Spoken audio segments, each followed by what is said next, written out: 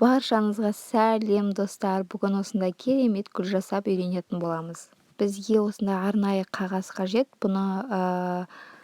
Бұны гофриновая бумага деп атайды. Жіп и қайшымыз қажет.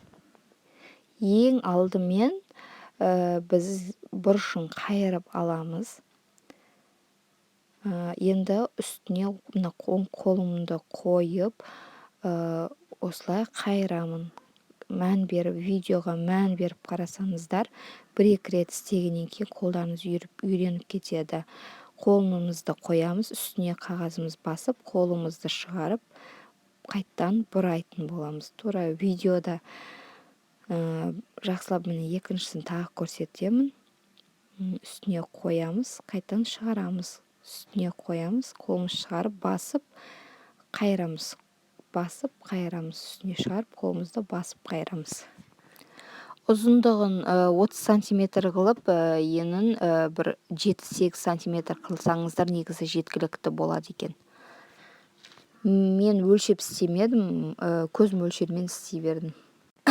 Менімен бірге болғандарыңызға үлкен рахмет. Сау болыңыздар. Маған тіркелуді ұмытпаңыздар, керемет нәрселермен бөлісемін.